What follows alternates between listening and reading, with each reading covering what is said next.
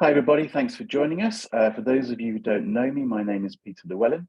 I run the services at MedComms networking.com and the associated website. So information, resources, activities for people who work in and around the global MedComms community, by which I mean people who work in and around medical communications, medical education, medical publishing, associated businesses, and so on.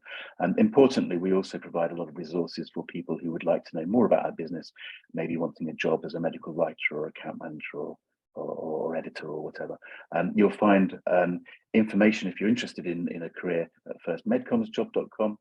You'll find lots of information about what we're doing at medcommsnetworking.com. You'll find also lots and lots of videos. There's more than 400 now at NetworkPharma TV.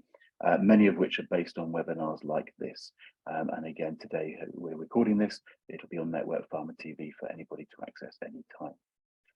Today, absolutely delighted, we've got a panel, Jane, Hayley and Simon, who've come along to join us. And this is a bit of a soapbox for me. There's a lot of talk about inclusivity, diversity in the workforce in MedComms. I don't think we're renowned for being a very diverse workforce, but in the recent years, particularly with flexible working, digitization of the sort of ways in which we work, and particularly the last couple of years, I guess, with the pandemic and people being forced to work at home, it's opened up lots of possibilities for people to work in different ways, which should logically lead to a more inclusive workforce. But it's not something that gets talked about a lot. If anything, people talk about skin color, ethnicity, gender, but there's lots and lots of other aspects to inclusivity. And simply today, I've asked the three panelists to come along and talk to us about their stories.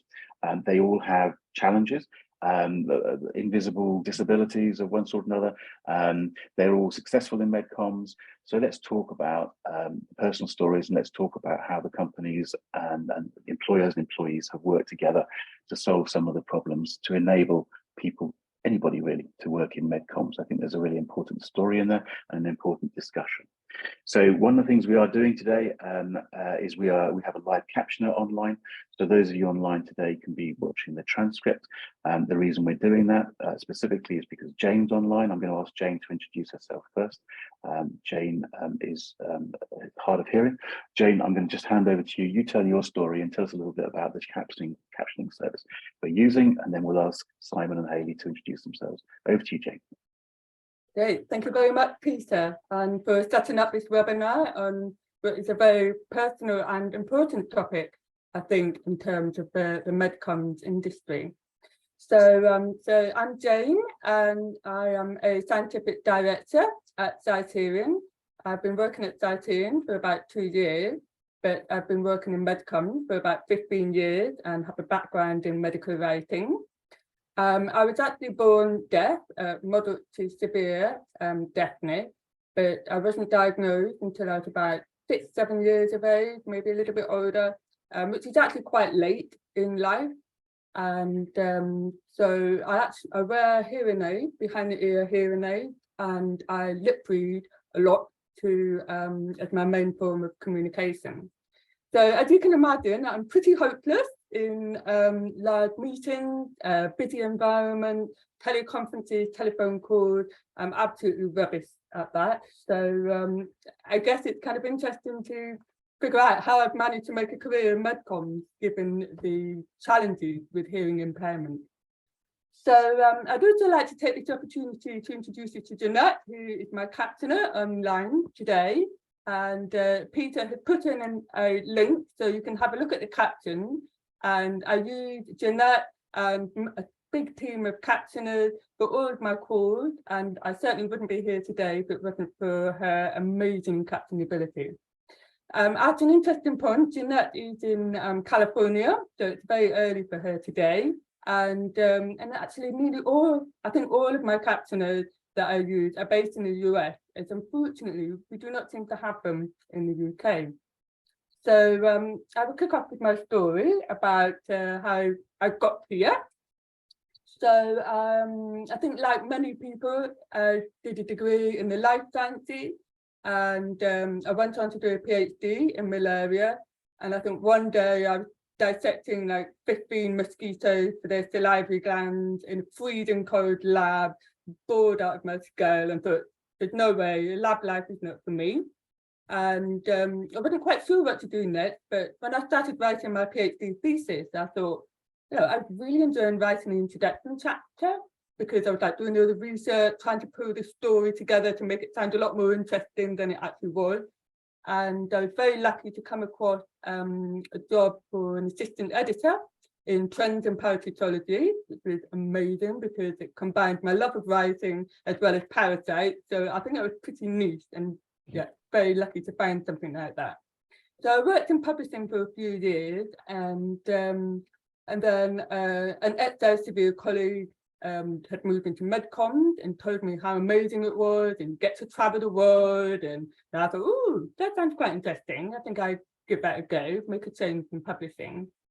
And I got a job as a medical writer, a very small, lovely agency in Brighton. So got to move out of the city down to the coast.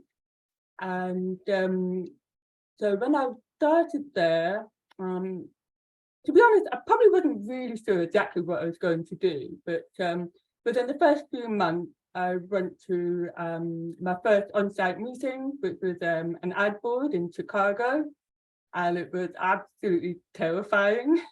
I turned up into this room, and as usual, it was a windowless basement room, meeting room with this big U, and there was about 15 rheumatologists sitting around in this U shape, and all over Europe, all over the US, and I was plonked right at the back behind the U, and I couldn't see anybody's faces.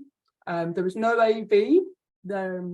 Back then, they just had dictaphones on the table to do the recording, and all these rheumatologists had strong accents, or shouting over the top of each other, sprouting off acronyms left, right, and centre. And oh my God, there was just no way I could write this report.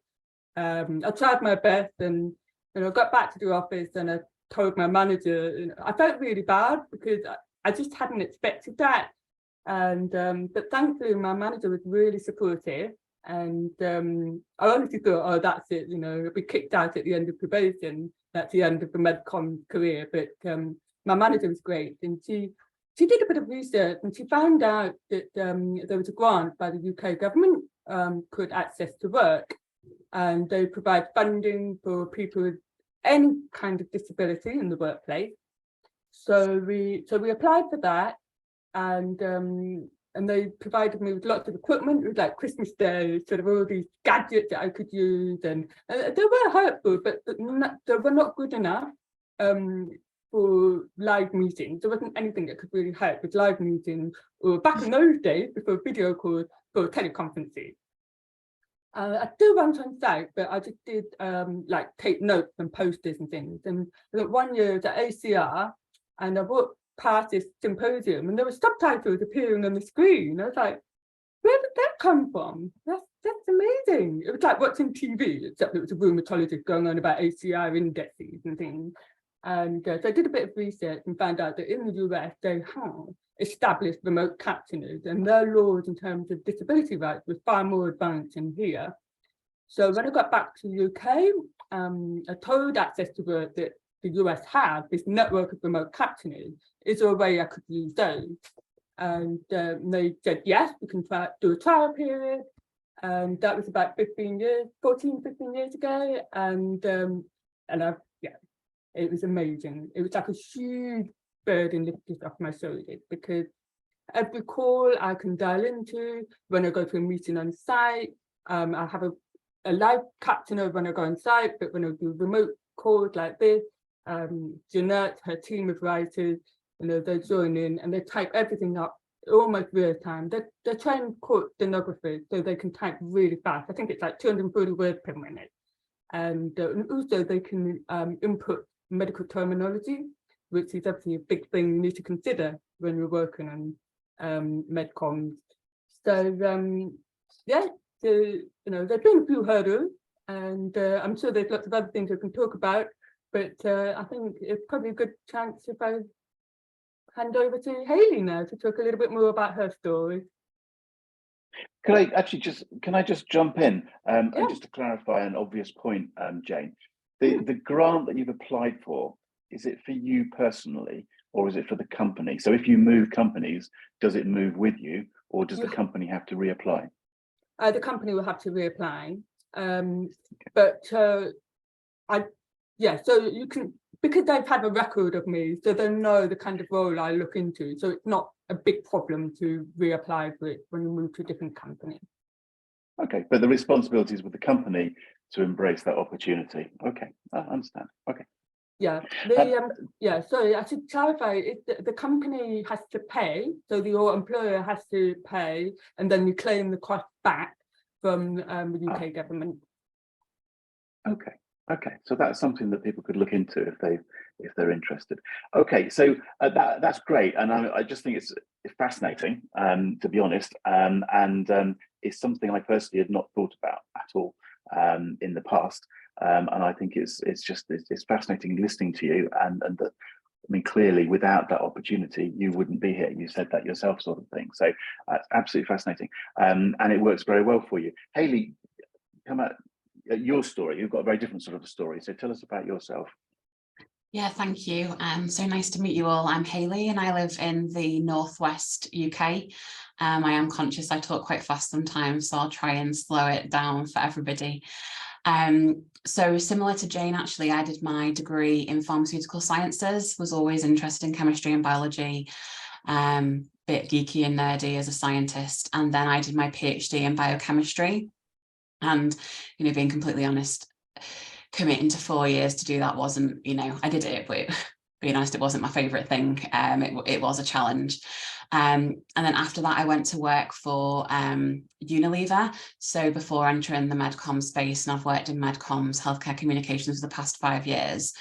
So for me personally, I was recently diagnosed in the last year with ADHD, which makes a lot of sense now. I guess I've always felt I was maybe slightly different, but being particularly being female, it is very underdiagnosed. And also because at school I was quite quiet, and I also was lucky to be naturally intelligent, which is why it wasn't particularly picked up.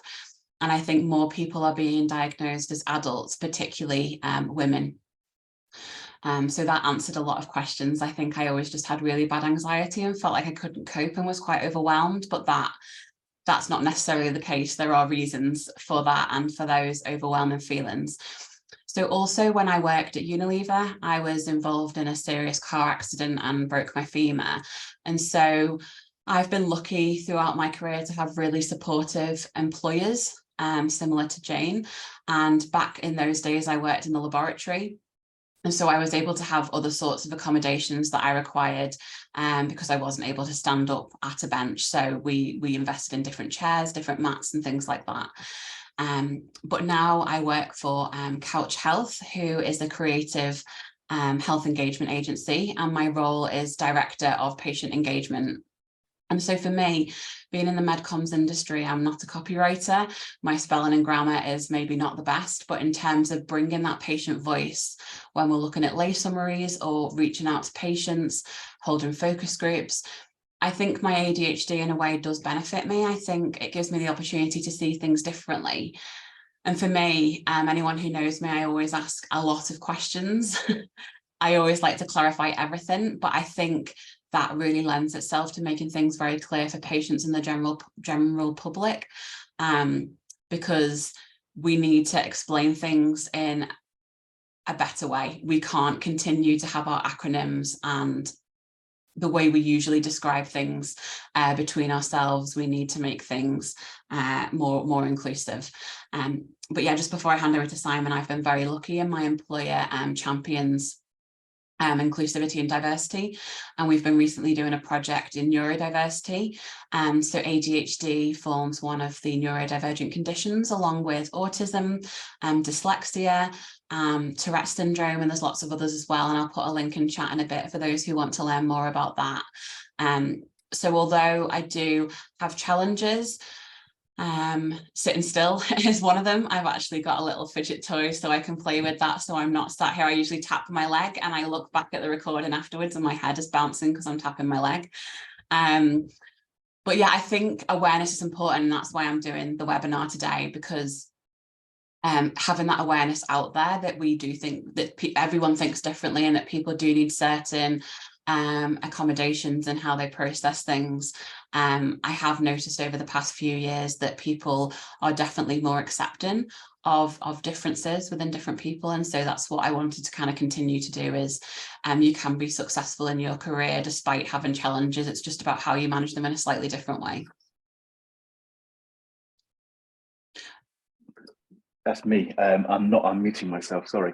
Thank you very much, Hayley. Again, very interesting story, and we can touch on this maybe and come back to it later. But it seems to me, listening to you, that an obvious point is we work in a stressful agency environment. Yeah, and you've relatively recently been diagnosed, which you say has answered some of your questions for you.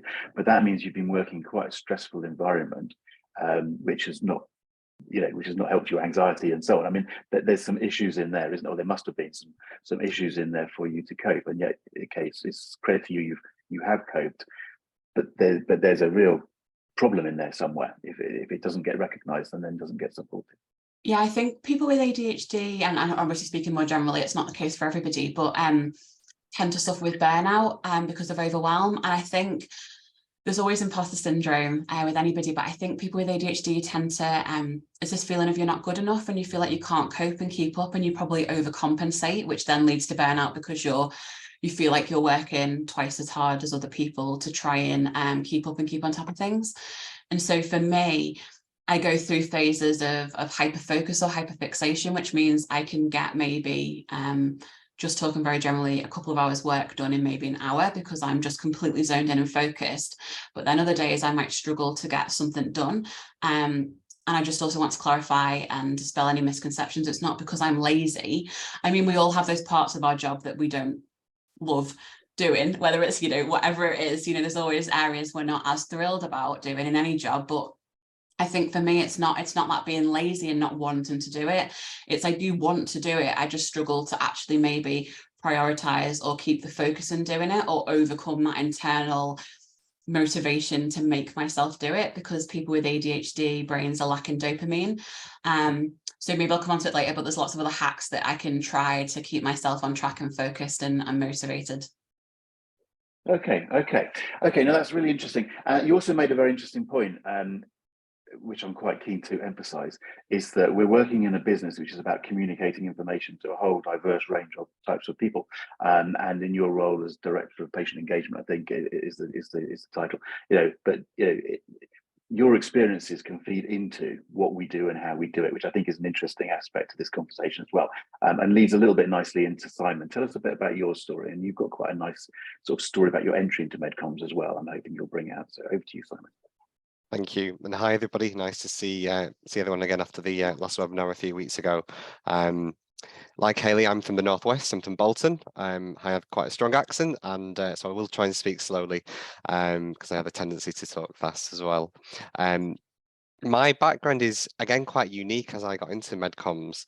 And in terms of my health conditions, you only need to do a quick Google search and the majority of my medical history will appear from my advocacy work over the years. But I was diagnosed with juvenile arthritis at the age of 3. And I've got a raft of other conditions along the way, including joint hypermobility, fibromyalgia, Crohn's disease, and the list will go on as well. So health has been a constant part of my life, and that interest really grew to encourage me to do a life sciences degree as well. At Manchester, I did biomedical sciences, but at that point, 10 years ago, actually, I was adamant on doing teaching. That was always what I wanted to do. And it was at the same time that I was introduced to a research team who, again, in terms of patient engagement in research, 10 years ago, young people's involvement was pretty poor.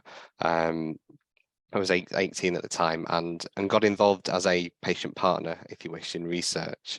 And that really ignited my passion, thinking, people like me with health conditions, with lived experience, have so much knowledge and so much skills. Why don't we use that with researchers?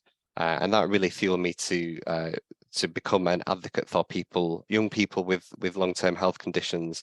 And now, as I'm can't particularly use young as often as I used to do, you know, for broader groups of people. And during this process, I did a year in industry. I actually did a year. I had difficulties, and you know, going back to 8 to 10 years when I was applying for the year in industry as part of my degree, my confidence was lacking, and I think that's something which, when I speak to other people with similar experiences to me, we often lack that self-confidence about being our full selves in work because of the discrimination we've faced over the years. And that stems right back to my education, where people assumed what it was like to live in my conditions and didn't necessarily involve me in the conversation. And that still happens today, which is concerning, but it's changing.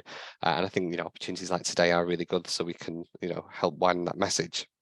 But at the time, I was, you know, looking for industry placements and applied to a number of large companies. I was asked to disclose conditions up front, and me being naive, me decided to include those. And I had, you know, in terms of, you know, decent grades, experience, and consistently failed to even get interviewed, even though I was of comparable, you know, level to my peers and friends who were, you know, achieving similar high first-class results in the first year of the degree. And I was feeling quite rejected, really, and thinking, you know, and it was encouraging me to think, is this because I'm disclosing my condition, which we should be able to do? And that's the part that always baffles me. But that discrimination does exist, even though it may not be acknowledged publicly.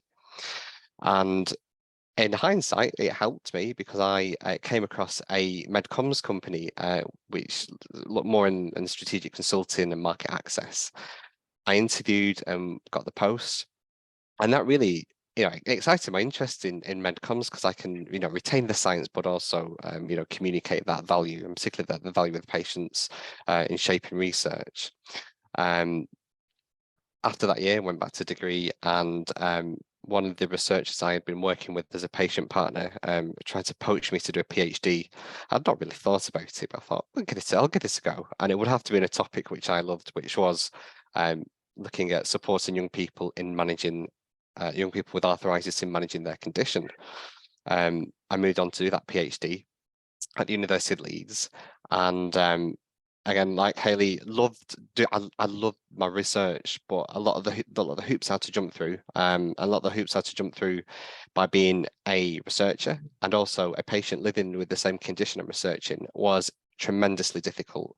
And certainly in those experiences, there was a lot of discrimination and a lot of ableism, which, in my opinion, is you know, is very much there in academia. Maybe subtly, but it's still there. And that assumption of you know, people with conditions like me trying to fit into an ableist society. And I think there's a lot of that ableist language is just normalized. You know, people often assume they know what it's like to live with a condition, even though they may not have met a person, or they may have seen something on the internet without asking that individual. People will often try and put you in a box and say, oh, we're not going to put you on that because of X. Well, you know, you should invite me into that conversation.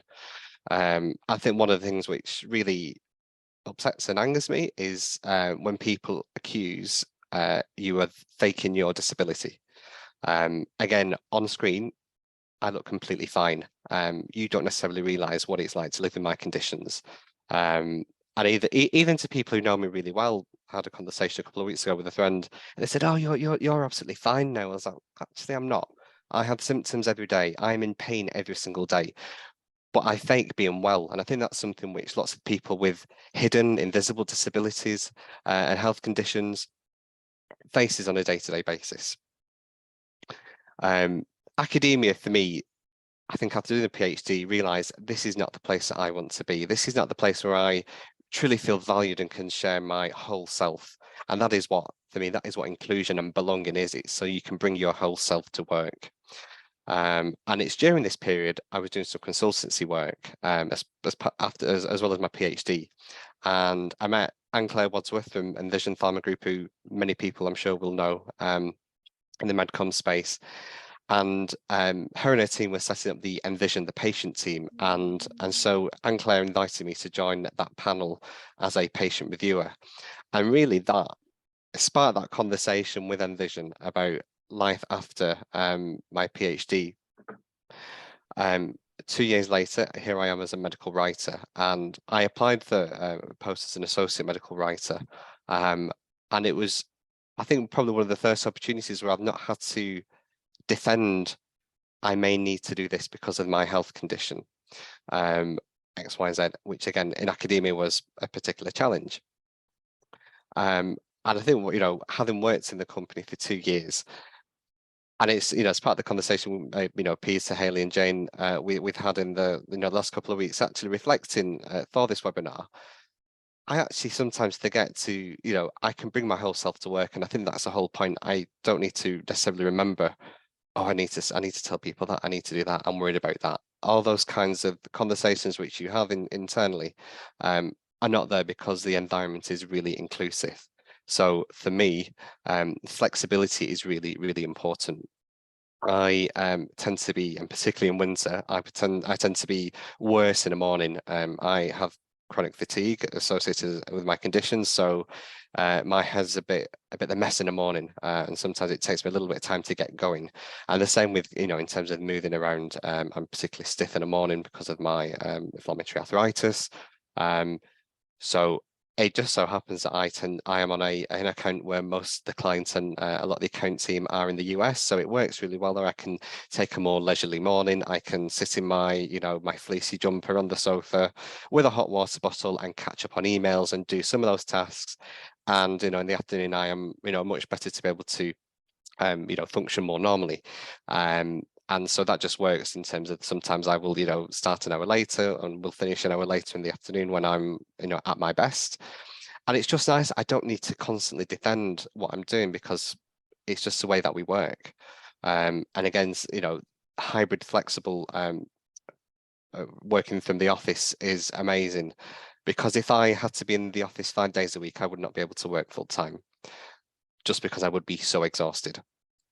People know I try and fit as much in as possible, but, you know, I've been there in the past where I've been driving, you know, back and forth several hours a day. I'm just exhausted. So having the hybrid opportunity of going in when I want to do helps, because it's, you know, it's really important to be part of that culture and feel part of, you know, the team, but equally to have the flexibility to work at home. And I think conversations I've had in the past with different people around these, you know, what might be called reasonable adjustments. For me, these just are all adjustments which should be, you know, in place for everybody. Some people have said to me, and not at Envision, but you know, in previous roles, have said, well, you know, if we let you do this, then this is not fair to other employees. Actually, what we should be doing is making this, you know, accessible to all employees, because we don't know what people are going through, whether people have, you know, invisible disabilities, parenting responsibilities, caring responsibilities, which is something else I also do for my father. You know, there's lots of different things which are going on in people's lives. And I think, do you know what, our as MedComms agencies, you know, we're all working in the same space to improve people's lives, and you know, we should still be doing that with our own employees and making that culture open, inclusive, so that people can come to work and feel supported and able to fulfill their jobs regardless of their background. Okay, and thank you very much. Thank you all of you, because I just think part of the challenge is to just get this stuff talked about. Okay, but, you know, that's what I'm excited about, is able to have conversations like this and get people talking about it. And if we do all talk about it and we all do face up to it, Simon, you're talking about, you know, there's all sorts of stuff, right? And we could have had, well, any of us could be, dozens of people could be online, and then we've all got stuff in our life, whether it's caring or whatever. And I think the interesting thing from the last couple of years is how much more open we've all been, and it does bring challenges with it, but actually it's not a bad thing. And then it's a question of how we all work together. So fascinating to hear the stories. A reminder to people are talking a bit in the chat, and they're basically agreeing with you. But if anyone in the audience today has any questions or comments they want to put into the conversation, then we'll build those into the conversation in the next 10 minutes or so. I wanted to pick up on a question that came in very early, and Hayley, I know it was directed at you, but there's a sort of a wider question here. or specifically, maybe I'll phrase it like this, Hayley, because you've been diagnosed late on in life. So there must have been, I appreciate it must have happened over a period of time, but there must have been a point at which you went to your employer and went, I now have this condition, or I'm recognised as having this condition, and we need to talk about reasonable adjustments and so on. Could you just talk a little bit? I know you've answered the question in the text, but can you talk a little around the topic, how it was at that point in your career when you started talking to an employer about how things were going to change? Do you see what I mean? Yeah, no, definitely. So yeah, I think it's a really good question. I think for me, I'm still figuring it out, if I'm honest, because it has only been about 8 months or so that I've been officially diagnosed. So for me, in terms of reasonable adjustments, when I first got diagnosed, I started having sessions with a coach, and that's something I was paying for. And I think it took me a while to figure out what it is I needed. So I did speak to my employer and let them know of my diagnosis, and they were very accommodating and said, kind of, let us know if there's anything you need. But I think for me, it did take me a while to get my head around kind of what it is I might need. So different things we've done, and I should pick up on Simon's point that I probably wouldn't be able to work full time in an office environment anymore. I just find it far too distracting. The bright lights, the noise, the people walking around, although it's great to see people and I am quite an outgoing person, I do just need quiet time where I'm just focused, and I'm lucky that I have a spare bedroom at home that I can make my office as well. So working 1 day a week from the office is kind of an accommodation as well. I do also live further away from the office, so that also makes sense. Other things we discussed are noise cancelling headphones, which has been incredible at work. And I also, where my desk is at work, I sit not in a corner on my own, but there's a group of 4 tables that are slightly separated. So I sit there, and that's helped massively. Because if somebody walks past or somebody walks in the door, I'm constantly get distracted, and it breaks my focus. So they've been other things that have helped as well. And I think for me, now I know about my ADHD, I think, and these are things that I've kind of funded myself, which I'm sure I could have asked for, but it's kind of like, lined post-it notes. Like, that sounds, I realize that might sound ridiculous to some people, but like having a lined post-it note to keep my thoughts in order has been like so helpful. And again, I've just bought those off Amazon, but I'm sure if, I was kind of working in the office, that I could have asked for those things as well.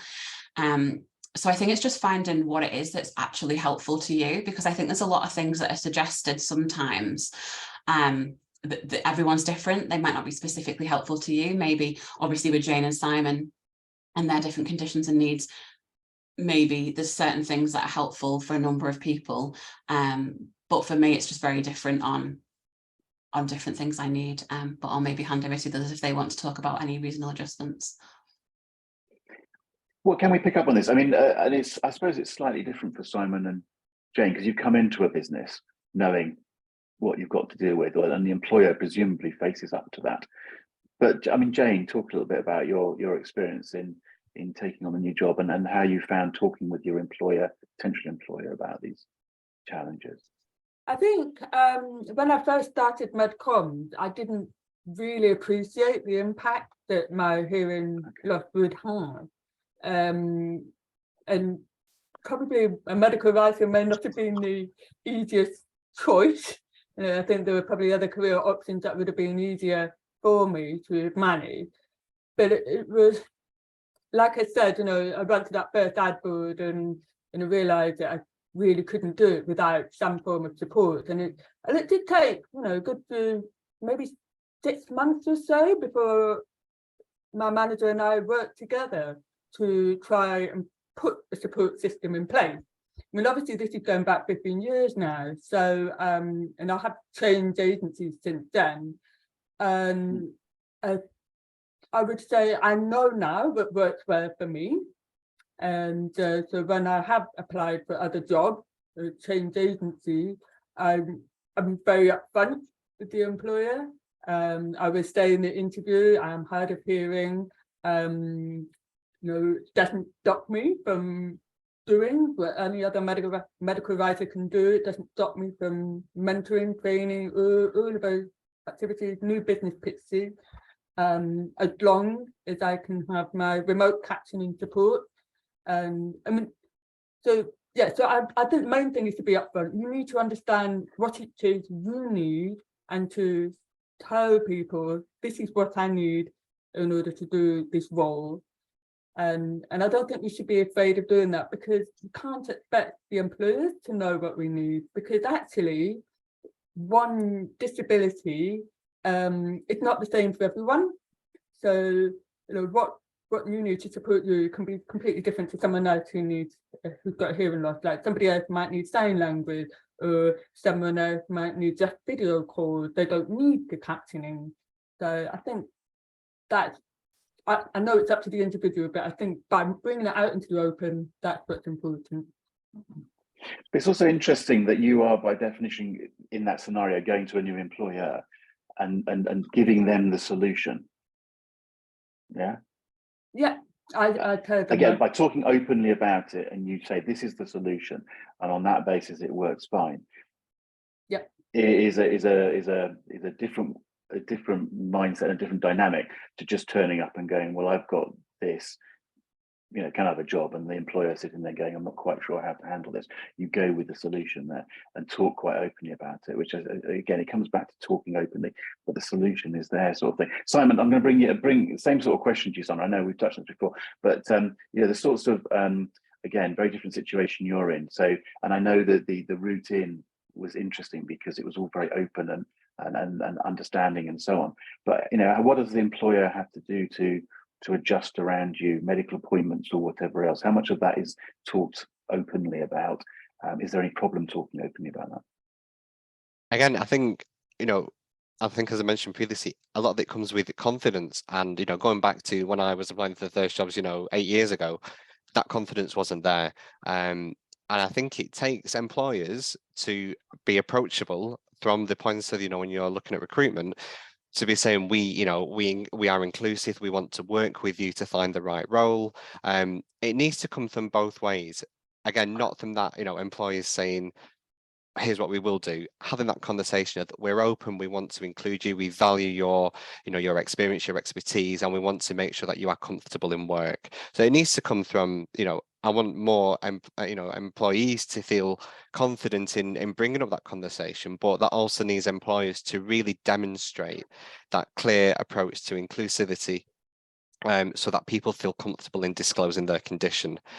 That will vary. Some people will not want to disclose their condition, but I think from my experience, and having been there in the past where I've not wanted to, when I wasn't particularly, a particularly vocal advocate, and not much was known about me, I didn't really want to disclose that I'd got, an old person's disease, because that's often what people say. Oh, and those are the kinds of comments which just, reiterate why people don't disclose about their condition. So, removing those labels, removing that stigmatization is really, really key. And from my perspective, when I came into the role, this is a conversation I had with somebody just a few weeks ago, saying, look, my current role is I work mostly on a publication account, so it involves less traveling, which I love traveling and would be up for that. Other people won't be with different conditions, but for me at the moment, I don't need to travel much with work, to ad boards or whatever that may be, versus a more MedComms account, a medical affairs account. But those conversations could have been had at the upstart when I was talking with HR around, my interests. And I think that's something that I particularly liked about Envision, that they had those conversations up front about, what are my interests? What would I like to work on? They're really, really keen for me to retain that patient engagement hat. That was an indicator of what this conversation is going to be. It's not going to be, we're going to stick you where we've got a vacancy. Obviously, that's part of the the need in our field, but also to have that wider conversation about what works for different people. And it comes back down to like when I go to medical appointments, in the past, I used to be one of those people who said, oh, I'll take holiday for my medical appointment, and previous employers have accepted that. So that's not the case, and it is a matter of me just having a conversation with my team that I work with, saying, on such a day I've got an appointment, I'm going to be offline for a few hours, but I'll make sure there's cover. We'll make sure there's cover for somebody to cover a client call, or to cover a piece of work while I might be out. But it is that flexibility which is not an issue, and I think that's just refreshing to think. I don't need to be worrying about, having that appointment or not going to that appointment because I'm needed. We're all valued in our work, but the work can be done by other people for those periods of time, and it just comes down to having clear, open communication, which has got to come from all levels. You've got to be confident in raising that topic, but managers, HR, other leads need to instill that culture so people feel that they can just say, "This is what I need," and to work out an arrangement. Okay, and that probably answers several of the questions that are coming in about, what tips can you provide either as a manager or as a colleague, or, probably very difficult to answer that beyond what effectively, Simon, you've been saying. It's just so important to have that open communication and the confidence on both sides. And then it's a very individual discussion. So I think I'm probably just going to leave those questions hanging there a little bit. We've got some private conversations going on in the chat as well, which is confusing me a little bit, but that's fine. I just thought, as we are, and again, we're running out of time, because this is the sort of thing we could talk about for a long time, okay? I think we need to be a little bit careful. We are running about over time. So I'm going to ask a question which Liz has just sent in, which I think is interesting, and maybe just gives each of you a moment to reflect. Do you think that there's, because one of the things we're talking in the context of the pandemic, must have just accelerated and opened up and whatever the accessibility and so on, as things go back to normal, whatever that means. But some people are seeing quite severe swings back again, conferencing back face to face or whatever. Yeah. Are you at all worried that you're going to lose some of the accessibility and inclusivity that maybe has come into your role? Do you see that being an issue? Or do you think we're just going to find this new normal? It's a ridiculous question in some ways, because but just give us a hint from your point of view. Do you think we've gone down a line which will just carry on opening up and make things easier? Or do you actually see some practical problems as people swing back to whatever normal is?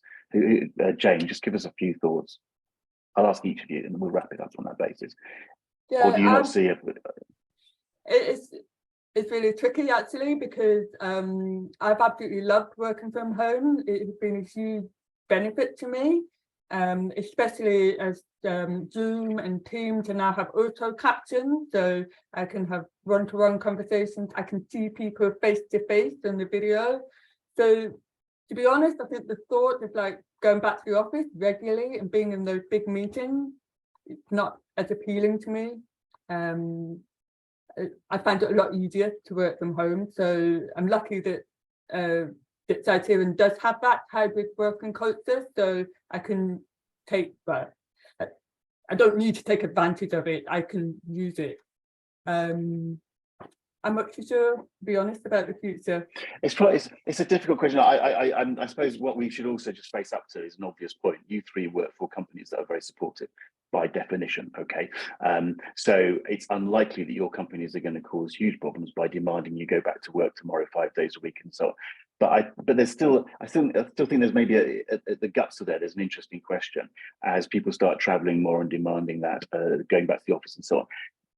Do you see that as a problem, or do you think MedComms specifically as a business community has gone far enough down the line? Do you see other companies and just go, well, this isn't going to be so much of a problem for us because MedComms is actually embracing this? I'm trying not to put words in people's mouth. Simon, go on, just try and answer that a little bit. Just a minute or two from each of you and we'll wrap this up. I think, that what the pandemic has shown is that when it suits the majority, things can be done differently. We shifted, I had conversations previously that, we can't do, you can't dial in, you can't do this, you can't do that. When a situation arises where it's, important for the whole population, then it's been, it has been done. And I just think there is no justification now to reverse back to pre-pandemic life because of that situation. And I think it's shown that it actually works for the majority, but it's also really, and this is what we have been, people with, invisible disabilities and other health conditions had been banging on about for years to make work more accessible. This has been shown, and I just do not think there is justification now to move back. I think we've got to embrace this, this open culture where, we're never going to go back to pre-pandemic life. And I think that is in one way, an advantage to the wider population of people working, not just in MedComms, but more broadly, that, work can be accessible. And it shouldn't just apply to, it shouldn't just be in those situations like the pandemic, it needs to continue. I think there's no way back. Okay, and Hayley, go on, a final word from you. You're nodding away there, so we're all just agreeing this should be embedded now within the culture. Yeah, and I think for me, some things that I struggle with are, say, in-person conference events, or when I'm in the office and things like that. I'm not very good at sitting still for a long time. And I do find it, I mean, conferences and things are draining anyway. I do find it exceptionally draining. And I think for me, I've been empowered by the people I work with and around to have the confidence to tell people when, okay, I'm not going to come out and socialize afterwards. And it's not because I don't want to socialize with my work colleagues. That is because like my brain has had enough and I can't focus or concentrate anymore. Like in the office, if I need to get up and walk around a bit, I now feel more confident in doing that, and that I'm not going to be perceived as being weird or odd. And I think that has taken some time. I mean, I'm quite an outspoken person anyway and advocate for the people, but I think to the questions of what you can do is creating that culture, is asking your colleagues if they're okay, and just empowering them to articulate what it is they need. Because, you know, I'm not saying it's all on the person with the condition, it's not. They need to feel empowered to have that conversation. But also, if people don't tell you, it's really hard to be able to help them. So I would just advise people to try and create that open environment, and then people will feel confident to tell you what it is they need. Okay. Look, I get the sense we could carry on talking, and I know we've probably got people in the audience saying, but you haven't mentioned my question. What I would say with all these webinars, it's the same. Part of the point for me is that we're making connections here. I know all three of you are very happy to hear from people. So if you're online today or you're watching the video, please do reach out to these guys. LinkedIn is an easy way of doing it. And I do hope that we're creating, we're adding to the conversation. I think there's a conversation to be had. I think the more that people in and around MedComms can talk about this, and indeed more widely, the better. As I think, Hayley, you were finishing on that note, that it's a very much, the individual has to talk about it and be empowered to talk about it, and the employer and the context and the colleague have to want to talk, everyone needs to want to talk about it, and then we can deal with stuff, yeah? And hopefully these sorts of discussions get a little bit more of that out in the open and give people the confidence to do that. So huge thank you, and it is inspiring to listen to you guys talking about what you're doing. So thank you very much. If anybody, just to wrap this up, if anybody's interested in what I'm doing with MedComms Networking, medcommsnetworking.com is the place to go. There's lots of this sort of activity going on, and please, anytime if I can help, I'm very happy to hear from you. So I'm going to ask all the panelists just to give us a little wave as we stop the recording. Those of you online at the moment, don't all rush away. We've got a few minutes to the top of the hour, so we'll carry on talking. But can I get everybody who's watched, the panelists, just to give us a quick wave and say goodbye? Stay safe. All right, take care. Bye.